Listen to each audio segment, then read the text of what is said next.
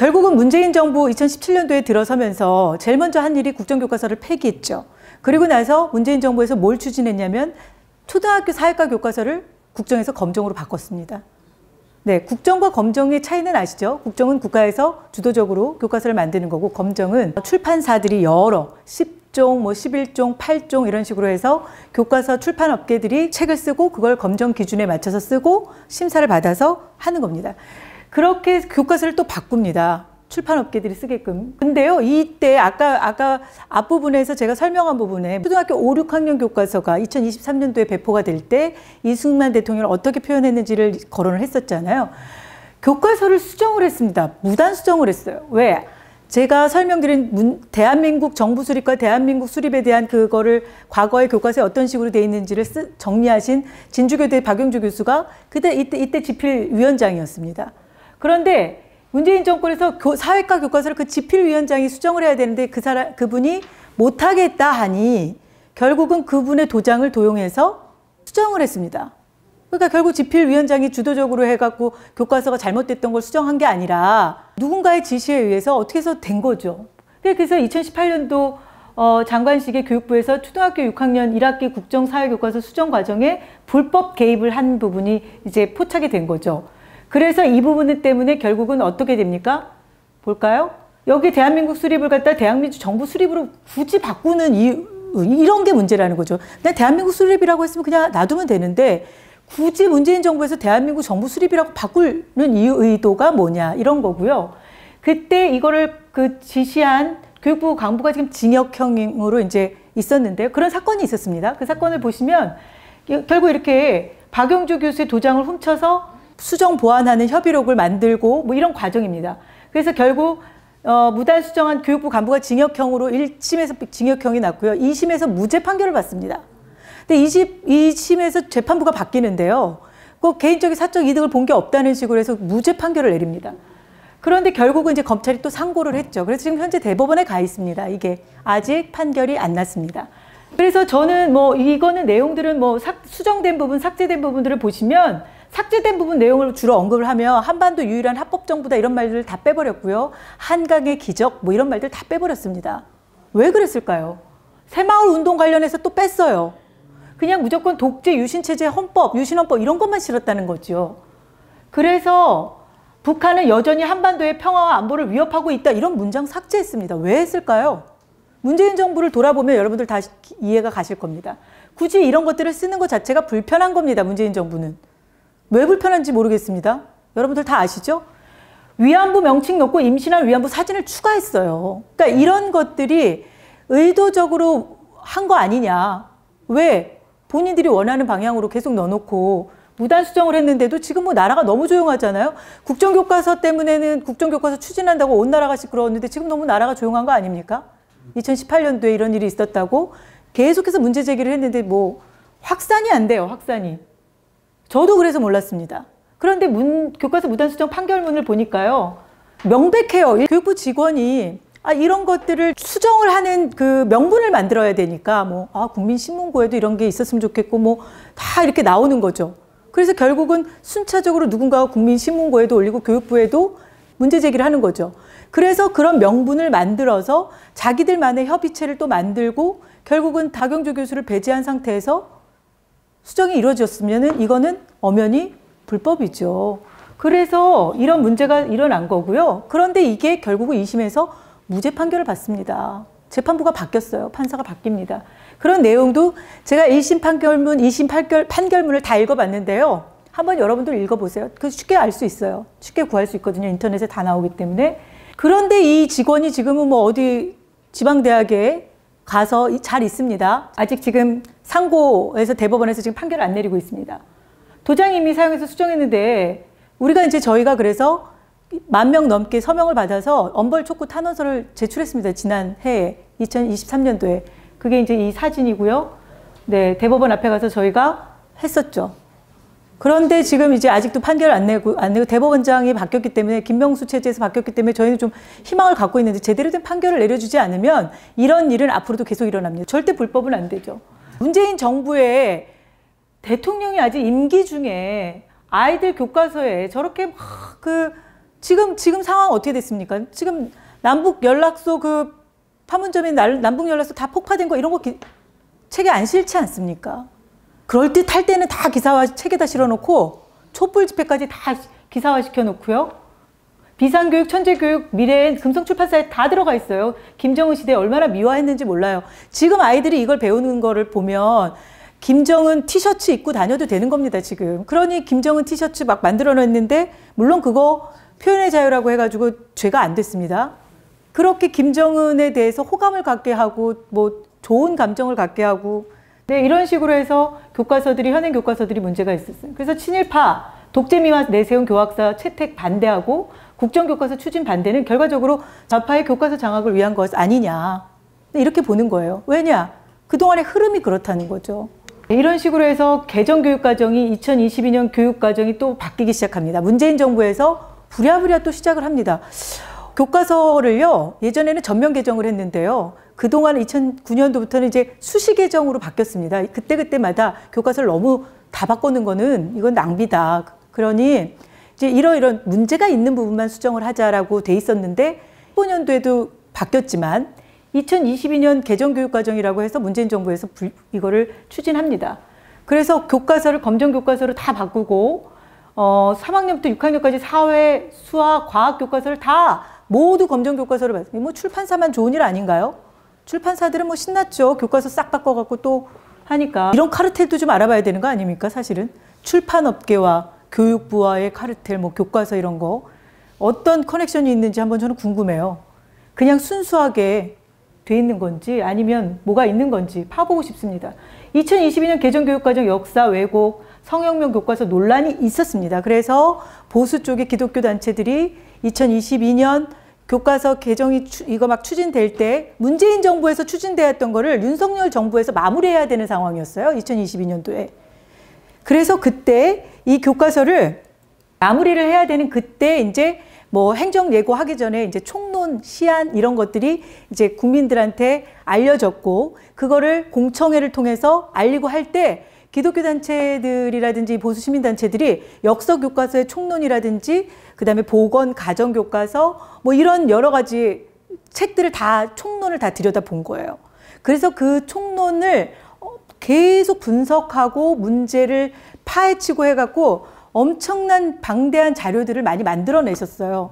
제가 국가교육위원회 위원으로 있기 때문에 그때 2022년 개정교육과정을 심의해야 되는 사람이었어요. 그래서 그런 자료들이 힘이 많이 됐습니다. 그런 자료들을 많이 받아서 계속 파헤쳐 보니까 문제들이 있어서 심의 의결을 하는 과정에서 저희가 심의하는 과정에서 계속 문제 제기를 할 수 있었습니다.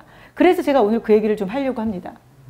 2022년 개정교육과정을요, 이거 보시면 현행 고교 한국사 교과서 내에 유관순 열사 관련 내용이 누락돼서 논란이 됐던 적이 있어요. 2014년도에. 그러니까 보세요. 2013년도, 14년도 교학사 문제, 그 다음에 국정교과서 문제로 보수 학계에 있는 사람들이 참여했던 사람들은 다 뭐 린치도 당하고 공격도 당하고 불명예스럽게 돼서 지금은 활동조차 할 수 없는 그런 상황들을 많이 만들어놨어요. 마치 정권이 바뀌어서 그분들이 뭔가 어디에서 일을 하려고 하면 뭐 정말 어디서 달려들듯이 그렇게 열심히 달려들어서 그 사람들을 막 공격을 합니다. 저런 사람은 쓰면 안 된다. 친일 독재 미화했던 사람들 이런 식으로 프레임을 씌우거든요. 그런데 이런 짓을 한 사람인데도 이쪽 좌파 정권은 이런 사람들을 끊임없이 자리를 주고 뭐 계속 영전에 고속 승진하듯이 승진을 합니다. 보실까요? 이 사람이 누군지.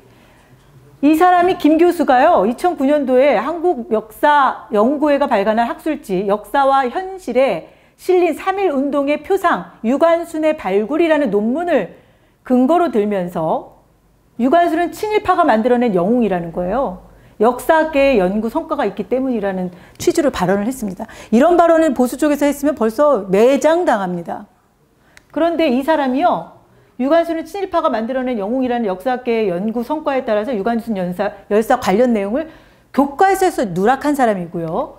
춘천교대 김정인 교수는 참여연대 운영위원회 부위원장을 했어요. 2012년도에. 공동운영위원장도 했고요. 2016년도에. 근데 이 사람이 뭐 했냐.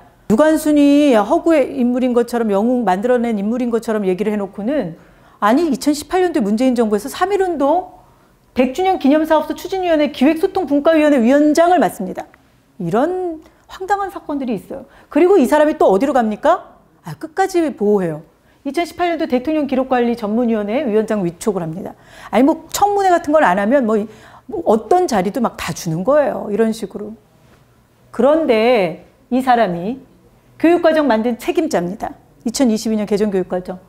과거 유관수는 만들어진 영웅발언 이거를 했는데 참여연대 출신 김정일 교수가 이 사람이 결국 2022년 개정교육과정의 연구진이라는 거예요.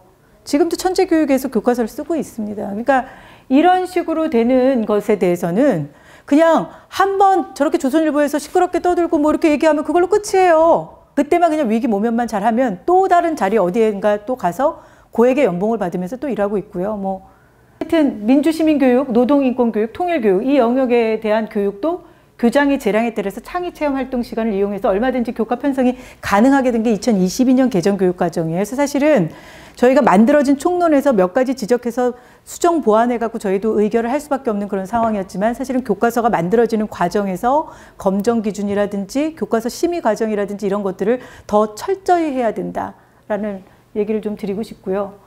민주시민교육 지금 조금 전에 얘기를 했습니다. 민주시민교육 여러분들 너무 좋은 말 아닌가요? 민주시민으로 키워내겠다는 교육인데 뭐가 문제입니까? 너무 좋죠. 그런데 이 민주시민교육이 뭔가 문제가 있어요. 좋은 것처럼 이게 지금 얘기를 했지만 좌편향된 인정교과서가 뭐냐는 거예요. 이게 민주시민교육 교과서가 또 만들어지거든요. 이게 다 인정교과서라고 해서 아까 검정과 국정과 또 다르게 인정교과서는 교육감들이 인정교과서를 만들 수가 있습니다. 교육감 재량으로. 그러면 생각해 보세요. 좌파 교육감들 10년 동안 경기도 교육감, 김상곤 교육감, 이재정 교육감, 그 다음에 또 서울의 광노현 교육감, 그 다음에 조희영 교육감 지금 3선째 하고 있잖아요. 교과서 맘만 먹으면 교육감들이 교과서, 인정교과서 얼마든지 만들 수 있어요. 민주시민교육은 민주시민교육 강사에게 또 민주시민교육 무엇이 문제인가? 그 밖에 문제의 교육은 무엇인지 제가 한번 볼까요? 좌편향적인 인정교과서 사실상 더 문제다라고 돼 있는데 여러분 한번 보세요. 책 제목을 볼까요? 고등학교 더불어 사는 민주시민, 중학교에도 더불어 사는 민주시민 책이 있고요. 초등학교에도 있습니다. 3, 4, 5, 6학년. 그런데요. 민주시민학교는 4.16 민주시민교육원에서도 이제 강사 배출을 해내고 있고요. 또 다른 문제들. 이게 지금 현재 경기도 교육청을 시작으로 해서 지금 13개 시도교육청에서 이 교과서를 가지고 아이들이 배웁니다. 그런데요. 민주시민교육, 이게 이름 더불어 사는 이거 좀 뭐가 좀 연상이 되지 않으세요? 민주시민교육 강사 어떻게 기르는지 한번 볼까요? 민주시민교육 5기입니다. 지금 1기부터 4기까지는 다 끝나서 강사 배출이 된 거예요. 100시간을 듣는데요. 80시간 수업 듣고 20시간 실습을 하나 그렇거든요. 이게 지금 어디서 하나 보니까 주최 주관이 민주화운동기념사업회예요. 여기서 1기부터 지금 5기까지 지금 민주시민교육 강사들을 배출해내고 있습니다. 네, 어떤 식으로 수업을 하는지 한번 들여다볼 필요가 있을 것 같습니다. 민주시민교육 강사 양성과정이라고 이렇게 해서 경기도 이천에도 이런 게 있고 부산에도 민주시민교육 강사 양성 심화과정, 기초과정 다 있습니다. 아주 내용을 보면 그럴듯해요. 책 속의 민주주의 문장, 좋은 기획 강의의 엔진, 민주시민교육 기획과 방법 어떻게 할 것인가 너무 다양한데요. 볼까요? 민주시민교육 홍세화 선생에게 묻고 듣고 나를 짓자. 그래서 시민교육 실험실 해 토크 콘서트를 하는데요. 여기서 이 홍세화 선생이 누군가 봤더니 여러분 잘 아시잖아요. 파리의 택시 운전사. 노동당 소속이고요. 서울대학교 나와서 지금 결국 민주언론운동 시민연합의 시민언론상 2002년도에 수상하고요. 이 사람들은 아까 민주화운동 기념사업회 이런 데는 보면요. 해마다 민주주의적으로 민주 시민들한테 주는 상 행사를 어마어마하게 많이 하고 있어요. 돈도 많은 것 같아요. 제가 보니까. 부산시민운동지원센터 이런 데서 일상의 민주주의를 담는 영화 이런 것들 공모하고 만들기 참가자 모집하고 그냥 사람들을 그냥 가만 놔두지 않아요. 즐겁게 막 계속 불러들이고 얘기해주고 해주고 같이 공감해주고 프로그램 같이 만들고 그런 민주시민 강사들을 또 학교에 강의하러 또 들여보내주고 민주시민 교육하러 누가 가는지 알 수 있습니까? 마을 활동과 시민교육 이런 것들이 열심히 되고 있고요. 이건 지금 수원에서 이루어지는 건데요. 수원에서 여기에 오시는 분들이 주로 보면 마을에서 세월호를 기억하는 사람들 그래서 세월호 성대역에서 티켓팅하는 티켓팅 팀 이런 사람들이 이제 이야기 손님으로 초대돼서 가는 겁니다. 그러면서 얘기 듣고 뭐 얼마든지 얘기할 수 있죠. 그래서 민주시민교육의 문제를 제가 그때 2022년 교육과정 개정안의 문제점이라고 해서 교육 정상화를 바라는 전국 네트워크의 그 교수님들과 많은 학자들이, 변호사들 이런 분들이 모여서 2022년 개정교육과정에 대한 문제점을 막 파헤치셨어요. 그리고 그분들이 자료를 참 많이 만들어서 저한테 주셨어요. 그 자료에 있는 내용을 제가 쓴 건데요. 뭐 이 내용 읽어보면 기가 막힙니다. 학교에서 가르치는 민주시민교육 교과서 있잖아요. 근데 이 민주시민교육이요. 김상곤이 만들기 시작을 했고 2013년도에서 교과서도 만들고 이제 이재정 때 교과서를 2016년도에부터 이제 이거를 만들기 시작해서 내보냈습니다. 그런데 민주시민교육 그거를 책을 만들고 하는 과정에 이제 참여한 사람들을 보면 당시 집필위원이 41명 중 68.2%가 특정 집단, 즉 정교조 소속이었어요. 그래서 교재 발간은 경기도교육청에서 처음에 23억 원을 최초 개발을 했습니다. 선생님들이 여기 참여하고 얼마나 뿌듯하겠어요. 이런 교과서를 만드는데 참여해가지고. 그리고 더불어 사는 민주시민 제목으로 4종 교과서가 나온 겁니다. 초등 3, 4학년, 5, 6학년, 중등학교, 고등학교 4종으로 나오기 시작했어요. 그래서 이게 2019년도 당시 진보교육감들이 있는 서울, 경기, 광주, 여기 세종, 충남, 충북, 전남, 전북, 경남, 강원, 인천, 울산에서 인증교과서로 채택이 돼서 13개 시도에서 지금 그 민주시민교육 교재로 쓰이고 있습니다. 그런데 교과서에서 정치 이념적으로 볼 수 있는 주요 사례들이 있어요. 그 사례들을 지적한 부분인데요. 4대강 사업에 대해서 국책사업의 부작용만을 강조했고요. 원전 관련 부분은 언급하지 않거나 부정적으로만 보고 소위 좌파 양성소라고 할 수 있는 성미산 마을 같은데 뭐 그들이 좋아서 사는 데니까 뭐 어쩔 수 없죠. 뭐 얼마의 거주의 자유가 있으니까요. 그런 성미산 마을은 꿈의 마을이라고 묘사를 하고 있고 제주 해군기지 반대하거나 외국인 국책사업에 대해서 상습적으로 반대하는 사람들을 평화활동가로 묘사하고 있습니다. 물론 제가 성미산 마을에 있는 사람들이 뭐 이런 걸 제가 얘기하면 거기 있는 사람들을 다 뭐 그런 이상한 집단인 것처럼 매도한다고 얘기할 수 있겠지만 아니 굳이 그냥 냅두면 되지 굳이 교과서에다 그 마을을 부각시킬 이유는 뭐가 있냐 이런 말씀을 드리는 거거든요. 상대적 인권의 특징인 계급투쟁적 인권의식을 주입하고 있는데요. 이거 한번 더 들여다보면 경기도교육청에서 시작이 됐지만 지금은 문재인 정권 때는 100대 과제, 국정과제로 100대 과제에 들어갔고요. 교육부의 민주시민 교육 그게 아예 생겼단 말이에요. 부서 자체가 부서가.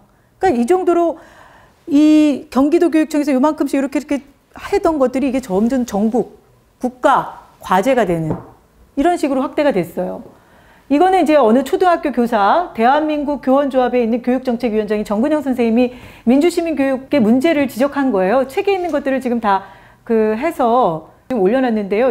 이게 이제 그런 내용입니다. 이제 예를 들어 4대강 얘기를 하면 4대강 파헤칠 때는 막 완전 황폐돼 있잖아요. 그때 황폐돼 있는 사진들을 다 올려놨는데요. 지금 10년이 지나고 지금 강산이 바뀌어서 정말 아름답게 늪으로 바뀌고 뭐한 이런 하나포럼의 아름다운 우리 강산 100대 뭐 이런 거 있잖아요. 백선, 탐방로, 그 주변 탐방로 이런 거 지금 뭐 자전거 타고 엄청 많이 사람들이 아름답다고 다니는 길 아닙니까? 그런 거는 하나도 안 실려 있는 거잖아요. 그러니까 이게 이렇게 바뀌었습니다라고가 아니라 4대강 문제 있다. 이렇게 해서 바위늪굽이 이거 이제 막 문제 있다고 얘기하는 거.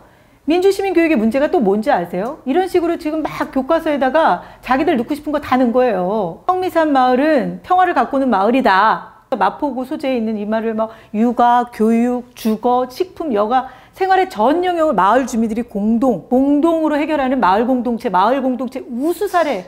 막 이런 것들을 계속 부각시키는 거죠. 그러니까 저는 이렇게 부각시키는 것이 의도가 있는 거 아니냐는 거예요. 아니, 굳이 뭐하러 부각시킵니까? 우리가 다 인정한 건 아니잖아요.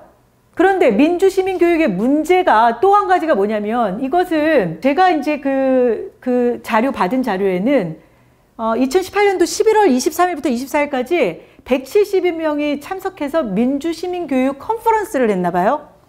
근데 거기에서 김누리 교수가 강의한 요약본입니다. 근데 그분이 독일에서 공부를 하고 오셔서 이 독일에 대한 이런 얘기들을 많이 하시는 것 같아요. 근데 그분이 한 발언을 여기다 써놓은 참 자료도 잘 만드셨어요. 제가 갖다 쓸 수 있게 됐는데요. 여기에 보면은 촛불혁명의 의미가 무엇인가? 한국 민주주의가 얼마나 위대한지 보여주는 것이다. 뭐 그렇게 평가할 수도 있겠죠. 그런데 여기 볼까요? 근데 우리가 사실은 점점 의문을 갖는 거죠. 촛불 집회 시작할 때 누가 먼저 시작했을까? 그리고 한국에서는 권력이 있다고 하는 조직들, 검찰, 병원, 언론사, 여기에 깡패 조직과 비슷하다, 거의. 그러니 검찰, 병원, 언론 이쪽에서 일하는 사람, 이 사람들도 그러면 이제 다 싸잡아서 이렇게 얘기하는 거니까 이것도 명예훼손 아닙니까? 이렇게 해서는 안 되죠. 저는 비판을 해도 이런 식으로 무조건 다 매도하는 비판은 안 된다라고 보는 거고요. 권위적인 조직이다 막 이렇게 얘기를 했습니다. 그리고 한국 사회는 정상적인 사회가 아니다. 또한 6.8 혁명의 부재다. 저는 6.8 혁명에 오히려 더 문제가 있다고 보거든요. 근데 6.8 혁명의 부재라는 거예요, 우리나라가 지금. 그래서 6.8 혁명을 알고 곧 있으면 50주년인데 이 정신에 관해 책을 봐야 한다. 막 이러면서. 그리고 또 한 가지, 박정희가 한국의 근대사라는 걸 왜곡시킨 아주 끔찍한 인물이다. 이렇게 얘기했다는 거죠. 자기들 사람들만 있는 모임이라서 그냥 막 발언한 게 이렇게 알려진 게 좀 불편할 수도 있겠는데요. 저는 좀 이런 식으로 얘기하는 건 좀 아닌 것 같습니다. 그래서 특히 사회적으로 영향력이 있는 사람들은 정말 올바른 판단을 해야 되는 거지 너무 한쪽을 그냥 완전히 매도하듯이 이렇게 가는 건 아닌데 참 안타깝더라고요. 그리고 또 제가 여기서 충격받은 건 이겁니다. 성교육이 가장 중요한 정치 교육이라는 거예요. 뭘까요? 이따가 보면 압니다. 독일 성교육의 첫 번째 원리는 성에 대해서 윤리적 비판을 가하면 안 된다는 거. 그래서 그렇게 성에 문제의식이 없는 사람들이 좌파에서 많이 나오는 걸까요? 성비 문제는 다 그쪽에서만 나오는 걸까요? 물론 뭐 이쪽에서도 나오는 사람들이 상대적으로 되게 많이 나오잖아요. 정치인들부터 시작해서 최근에 또 나온 성비 문제, 그런 발언들은 현근택 이런 사람들이 그렇게 발언하는 것들은요. 그럼 평소에 그냥 생활이 너무 그냥 그런 말이 입에 그냥 붙어 있는 거예요. 그렇지 않고서 그렇게 사람들 뭐 친분이 있든 뭐랬든 해서는 안 되는 말이잖아요. 근데 그런 것들 지금 또 덮으려고 하는 그 과정들 보면 참 국회의원 배지가 참 얼마나 중요한지 참 안쓰럽기까지 하더라고요. 요즘에는 보면. 그러니까 이런 식으로 보면 문재인 정부는 촛불혁명이 만들어낸 정부이기 때문에 6.8 혁명이 만든 브란트 정부처럼 문재인 정부도 근본적인 변형기라고 하는 시대적 사명을 자각해야 한다. 그래서 본인들이 가진 소명이 있다고 생각해서 그렇게 했던 모양이에요. 이런 식으로 강사들, 컨퍼런스에서 이런 발언을 했다는 것 자체가 성교육에 대해, 성에 대해서 윤리적 비판을 가지 않으면 그럼 어떻게 해야 되는 걸까요? 저는 참 궁금하더라고요. 이 부분에 대한 해석. 2022년 개정교육과정에서 성교육의 문제예요. 기독교 단체들이 왜 그렇게 우리 아이들의 성교육을 제대로 시켜야 된다. 성교육을 시키려면 제대로 시켜야 된다. 문제가 있다. 편향적이다라고 자꾸 얘기하는 부분이 제가 뭔지 몰랐는데 들여다보니까 심각해요. 고등학교 기술 과정에요. 전성적 존재인 성인이라는 말이 있었어요. 2022년 개정교육과정 총론에요. 근데 그것이 이제 핵심 아이디어인데요. 거기에 보면 전성적인 존재인 성인으로 성장하기 위해 일상생활에서 성인지 감수성을 키우며 자신과 타인을 보호하고 공감하는 태도로 상호 존중하는 성문화를 확립한다. 중요한 말이죠. 그 뒤에 성문화, 상호 존중하고 아주 상호 존중하는 성문화를 확립한다. 너무 좋은 말이에요. 그런데 전성적인 존재의 성인으로 성장하기 위해 이 말이 좀 저는 무슨 말인가 이 단어의 의미가 잘 이해가 안 가서 국어사전을 찾아봐도 단어가 나오지를 않아요. 아무리 찾아봐도 없더라고요. 그런데 어디서 찾았냐면 일본어에서 찾았어요, 제가. 일본어에서 전성애라는 한자. 무슨 뜻이냐면 범성애. 무슨 얘기인지 아시죠? 두루두루 뭐 그냥 남녀 간의 사랑이 아닌 거예요. 범성애. 굳이 전성적인 존재의 성인으로 성장을 시킨다는 이런 말들이 왜 교과서에 총론에 들어가야 되는지 모르겠어요. 그게 결국은 목표인가요? 남자, 여자의 성이 문제가 아니라 뭐 지금 성소수자들 얘기를 하기 때문에 사실 우리 사회가 성소수자들을 뭐 존중해야 된다는 부분 뭐 이런 얘기를 하는 거 저도 얼마든지 그 부분에 대해서 공감을 합니다. 뭐 본인들의 성 정체성이 그렇다는 부분을 우리가 비판을 할 수는 없죠. 그러나 잘하는 학생들한테 굳이 교육적인 부분에서 교과서 총론에다 집어넣어야 될 필요가 있나. 그래서 제가 이제 문제 제기를 했더니 이거는 바로 행정예고에서 빠졌습니다. 이거는 뭐 논란의 여지도 없었어요. 논쟁도 없었어요. 바로 빠졌어요. 바로 빠져가지고 중학교 보건에서 중학교 기술 과정, 뭐 고등학교 보건에서 성적 자기결정권, 성행위의 자유를 정당화하는 조기 성애화다 이렇게 해가지고 이 기독교 단체에서 이 부분을 가장 예민하고 문제를 삼은 거예요. 그런데 성적 자기결정권이라는 것 자체를 이상하게 해석을 하는 경우들이 많아서 최근에 벌어지는 일들이 학생들 사이에서 이루어지는 그런 문제들이 법적인 문제까지 가잖아요. 남자, 여자 학생들끼리 이런 성추행이다, 뭐 성폭행이다, 뭐 이런 식으로 해서 법적인 문제까지 가면 그것을 해명하는 사람들이 주로 성적 자기결정권에 의해서 우리가 한 거다. 내가 결정을 해서 한 거겠지. 이건 내가 뭐 한 게 아니다라는 해명할 때 이 얘기를 지금 많이 해요. 최근에는 이것이 계속 사회적인 문제가 되니 이게 결국은 학생 징계할 때 이게 자기 해명이 안 되는 거죠. 학생을 징계할 때 학교 폭력이라든지 뭐 이런 거 다룰 때 이런 문제들이 좀 문제가 지금 도출이 되고 있어요. 성적 자기결정권이라는 이런 말들이 학생들 교과서에서 그러니까 결국은 아이들이 지켜야 되는 것들을 가르치거나 올바른 성 문제 의식을 갖게끔 해주는 것이 아니라 방향이 좀 다른. 그리고 아까 우리 김누리 교수가 얘기한 것처럼 성교육이 가장 중요한 정치교육이잖아요. 저는 이 말이 결국은 이거와 일맥상통하는 부분이 아닌가 이런 생각이 드는 거죠. 굳이 성교육 부분을 이렇게 집착할 이유가 있느냐. 그런데요, 그들이 좋아하는 글로벌 스탠다드라는 말 참 좋아해요. 글로벌 스탠다드라는 말 자체가 참 우리가 다 따라갈 수 있느냐 이거예요. 국민 정서, 국민들이 생각하고 있는 어떤 상식적인 부분들 이런 것들 무시하고 무조건 글로벌 스탠다드를 따라가야 되느냐. 글로벌 스탠다드는 이렇습니다. 유네스코에서는 국제 성교육 가이드라인에 조기 성애와 미성년자의 성행위, 자위, 9살부터 11살 사이의 자위행위, 성적 지향, 12세부터 15세, 성적 지향, 내가 성을 결정할 수 있다는 거예요. 내가 남자인지 여자인지 뭐 이런 것들을 옹호해 주고 있습니다. 그리고 부모 동의 없이 낙태하거나 피임 서비스를 이용할 권리, 낙태를 비범죄하거나 포괄적 성교육의 필요성 이런 것들이 이미 유엔 아동권리위원회에서 다 권고하고 있어요. 말하자면 유네스코나 이런 데서 얘기하는 게 CRC나 이런 유엔 아동권리위원회 또 세계보건기구 성적 자유를 권리로 주장할 뿐 아니라 자유의 주체 미성년자까지 다 포함을 시키고 있습니다. 그런데 이게 글로벌 스탠다드면 우리도 이거 따라가야 되나요? 저는 국민들한테 한번 물어보고 싶고 이런 부분들이 동의가 안 되는 부분들을 굳이 지금 우리 아이들 교과서에다 계속 싣고 이런 교육이 과연 건강한 성인으로 성장하는 데 도움이 될까? 굳이 성정체성이라든지 가치관이 확립이 되지 않은 아이들한테 그 아이들이 판단력이 없다는 얘기가 아니라요. 사실 이런 것들이 그렇게 정서적으로 맞지 않을 것 같습니다. 그러나 헝가리나 다른 나라들은 이미 이런 것 때문에 문제가 돼서 성교육만은 부모한테 맡겨라라고 되어 있어요. 부모한테. 그런데 그런 걸 지금 오히려 무시하고 역행하는 게 지금 대한민국 교육이다. 이렇게 보는 거예요.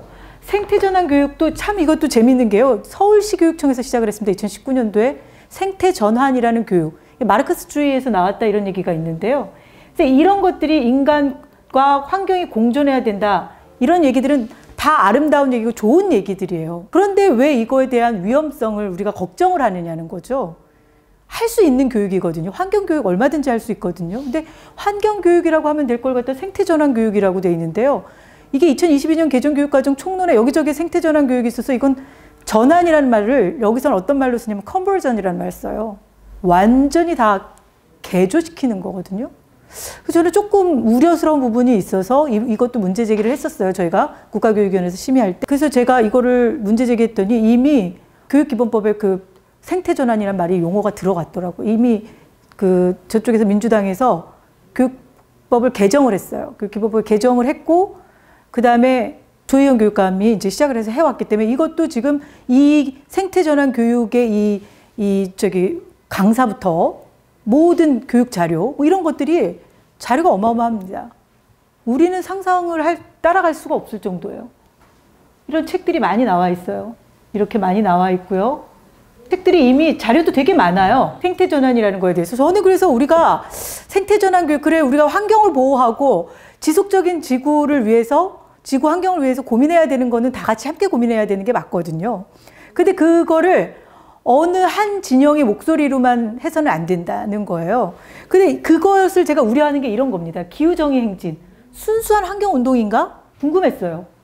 기후정의 행진은 매해 마지막, 그러니까 저기 지금 매해 마지막 토요일이라는 게 9월이 빠졌습니다. 9월 마지막 토요일 광화문 일대에서 행진을 합니다. 몰랐어요, 잘. 근데 2022년도에 9월 24일 날 했어요. 코로나 이제 끝나고 나서 이제 오랜만에 한 거예요. 어떤 걸 했을까요? 노동당 피켓을 들고 다니면서 지금 하는데요. 불교 기후행동, 그 다음에 천주교도 기후행동, 뭐 이거 지금 계속 얘기하고 있어요. 기후정의 행진을 하면서. 너무 좋은 운동 아니에요? 그쵸? 기후위기 불평등을 종식하라. 막 이런 얘기를 하면서 그런 불교계, 천주교계 다 나오고요. 근데 왜 노동당이 또 이렇게 열심히 앞장서나 봐요? 이 부분에. 근데 기후위기의 원인은 자본주의라는 거예요. 그래서 대안이 사회주의라는 거예요. 저는 이 부분은 좀 안 심각하지 않냐. 얼마나 많은 사람이 나오는 2022년도엔 인원이 저 정도죠? 볼까요? 2023년도 작년 9월 23일이 마지막 토요일이에요. 아까는 22년도는 9월 24일이 마지막 토요일이었고 여기는 9월 23일이 마지막 토요일이었는데요. 이렇게 많이 모였어요. 다 저렇게 자기들이 만들어 온 문구예요. 볼까요? 노동자가 나서서 기후정의 실현하자. 꼭 끼어요. 노동자들이. 생태전환 교육, 2022년 개정교육과정 반영하라. 전교조. 저는 제가 오늘 여기서 많은 얘기를 하지만 여러분들 한번 고민해 보시기 바랍니다. 제가 하는 얘기들이 이런 쭉 얘기를 늘어놓은 얘기들을 한번 잘 엮어서 한번 고민해 보여주시기 바랍니다. 생태적 경제, 생태교육. 이게 지금 보니까 생태전환, 생태 이런 말이 로마 그 바티칸에서 나온 얘기다. 뭐 이런 얘기도 있더라고요. 보면 기후위기, 기후행동 지금 당장 시작해야 된다.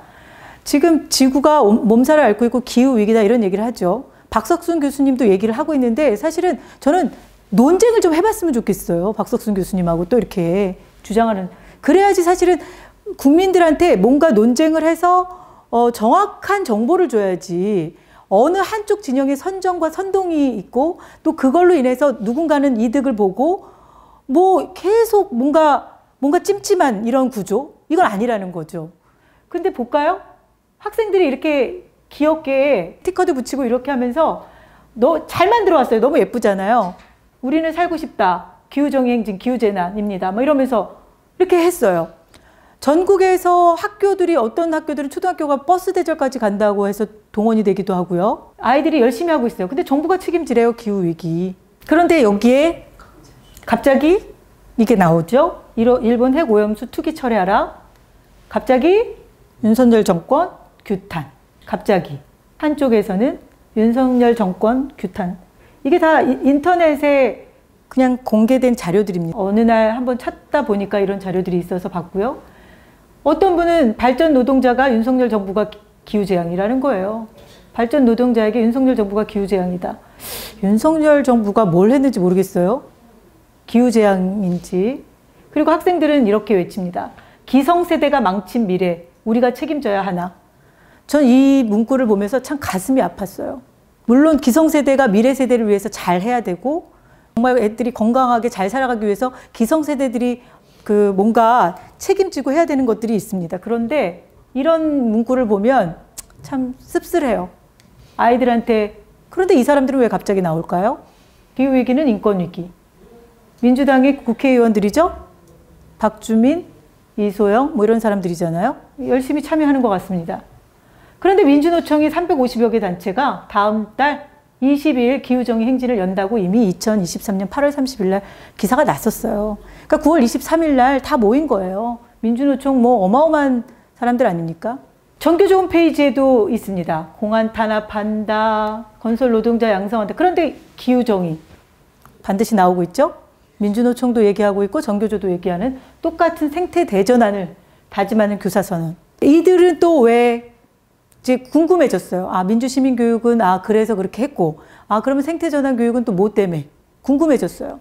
경기도 이렇게 산하에 보면 많은 그런 사업들이, 공모 사업들이 많아요. 그런 걸 보면, 이름들을 보면, 응모해갖고 되는 그 단체들을 보면, 여러분들 보는 이름들 많이, 의문인 이름들이 많아요. 정규직 노동자 지원센터, 무슨 민주시민, 안산시민교육사업, 하여튼 해가지고, 여러 가지 다. 그리고요, 교육시민단체와 교육단체와의 연대. 여러 단체들이 있죠. 항상 이번에도 2028 대입 개편안 발표됐을 때 이 125개 단체다 이러는데 보면 민주노총, 전교조 여기 다 들어가 있어요. 다 들어가 있고 여기 단체들 다 만든 단체들입니다. 사교육 걱정 없는 세상에서 나온 송인수, 윤지 그 두 사람이 교육의 봄도 만들었고 또 성기선 문재인 정부 평가원장 했던 사람은 교육의 창이라는 인터넷 언론사를 또 만들었고 그러면서 오마이뉴스와 교육의 창이라는 데서 또 두 군데다 송출을 똑같은 기사를 똑같이 동시에 송출을 하고 전교조 교사노조연맹, 민노총의 전교조, 한국노총의 교사노조연맹 여기들을 다 같은 목소리를 내는 분들입니다. 참교육 학부모회는 저도 처음엔 몰랐는데 참교육 학부모회가 처음에 시작될 때 전교조 가족들, 전교조 선생님들 가족들이 시작이 됐다 이 얘기를 하는데 제가 그렇구나. 그래서 저렇게 전국 조직이 탄탄하게 그런 얘기가 제가 다른 데서 본 게 아니라 일본 신문에서 난 걸 봤어요. 한국에 작용화됐다 이러면서 일본에서 비판한 이렇게 이들이 목소리를 내는 거는요 동일한 목소리를 계속 내고 있고 계속해서 엄청난 후원금과 엄청난 후원자들이 계속해서 활동을 하고 있습니다. 그런데 이런 조직과 자금 능력과 이런 것들을 과연 대한민국 교육이 제대로 되고 있었다고 생각을 했다가 이거 아니다 하고 뛰쳐나온 우리 같은 사람들이 상대할 수 있을까요? 하면 할수록 이렇게 자괴감이 든다고 해야 될까요? 좀 어려움이 좀 많이 있습니다. 그럼에도 불구하고 이런 것들이 물론 그분들이 주장하는 것들 중에 옳은 목소리도 있을 수 있죠. 전교조가 처음에 시작될 때 촌지 한 바퀴 운동 시작했잖아요. 얼마나 많은 국민들에게 박수를 받았겠어요. 근데 그런 것들은 전면에 내세우는 국민들의 마음을 얻기 위해서 그런 거 참 잘해요. 그런데 결과적으로는 본인들이 주장하는 교육들을 국민들한테 공감을 얻었나요? 저는 못 얻었다고 생각하거든요. 사실 그런 부분이 교육개혁의 대상이라고 보고 있어요.